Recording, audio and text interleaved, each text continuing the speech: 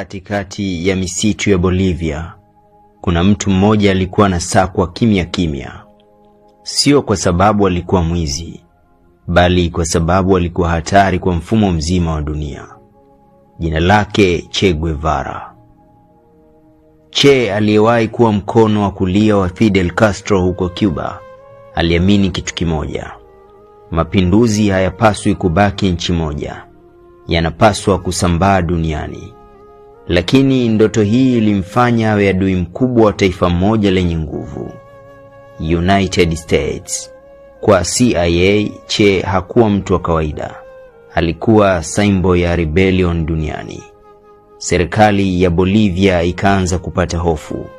Ndani ya misitu yao kulikuwa na kundi la wapiganaji wakiongozwa na Che.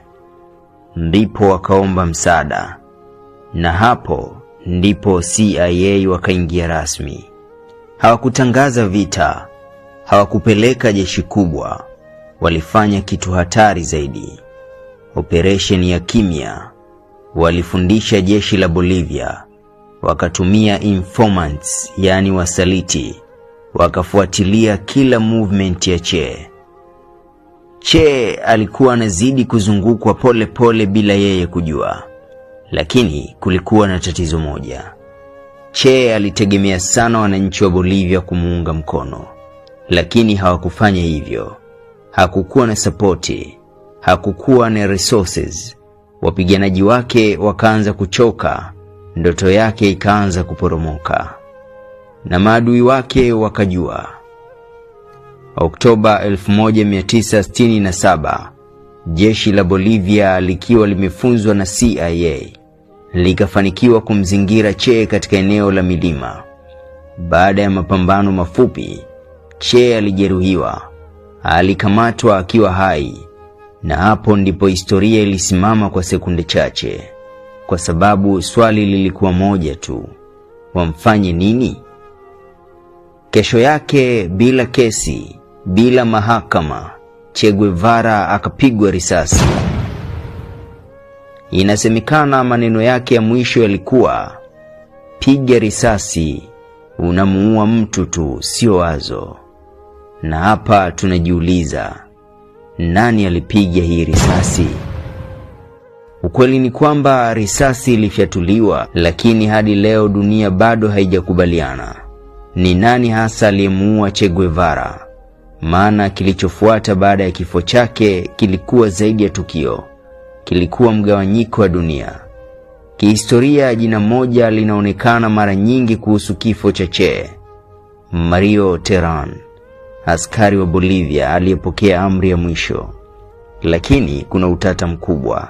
Hakufanya maamuzi peke yake, alikuwa chini ya chain of command, na nyuma ya pazia kulikuwa na ushawishi wa CIA. Wengine wanasema Terán alivuta trigger, lakini hakufanya uamuzi. Maswali ambayo hayajapata majibu kamili hadi leo. Je, CIA waliagiza uwawe moja kwa moja? Kwa nini hakuchukuliwa kama mfungwa kwa mahojiano? Na nani hasa alitoa oda ya mwisho? Ukweli unaokubalika, serikali ya Bolivia ilitangaza uamuzi, lakini ilifanya hivyo chini ya shinikizo la vita baridi, yani Cold War. Kwa lugha rahisi, hii haikuwa risasi ya mtu mmoja, ilikuwa risasi ya mfumo mzima wa kisiasa duniani dhidi ya Che. Habari ziliposambaa, dunia ikagawanyika.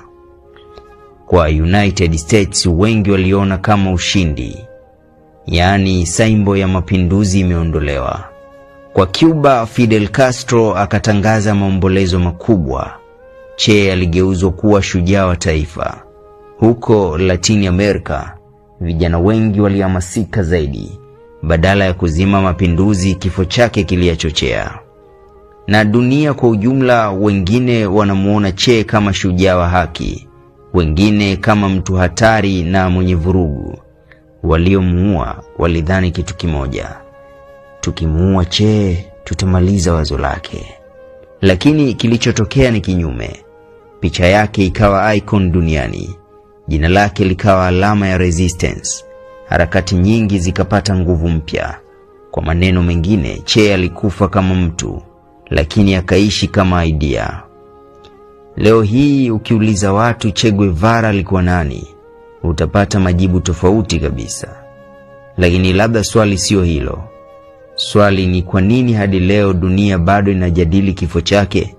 Na labda jibu ni hili: kuna watu wanauawa na kusahaulika, lakini kuna watu wanauawa na kuwa milele. Unadhani Che Guevara aliangukia upande gani?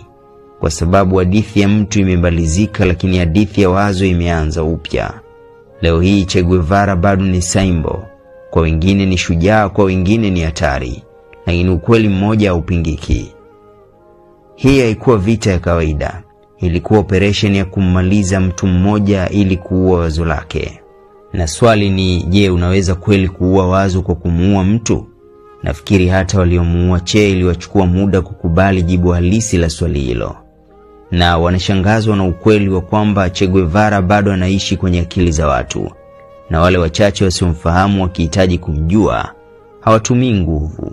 Wanakutana na ukweli ufuatao, ambao unamtambulisha Che Guevara alikuwa ni nani hasa hapa duniani. Che hakupigana tu kwa bunduki, alipigana kwa maneno, na baadhi ya maneno hayo yameendelea kuishi hadi leo. Mmoja ya hotuba zake maarufu zaidi alitoa katika mkutano wa Umoja wa Mataifa mwaka 1964. Alisimama mbele ya dunia na kusema kwa ujasiri, akipinga ukoloni, akipinga nguvu za mataifa makubwa, akitetea mapinduzi duniani. Alisisitiza kuwa haki haiombwi, inachukuliwa. Katika maandishi yake pia Che alihamasisha kuunda mapambano mengi dhidi ya ubepari, maarufu kama wazo la Mene Vietnams. Kwa kifupi, hotuba zake zilikuwa moto.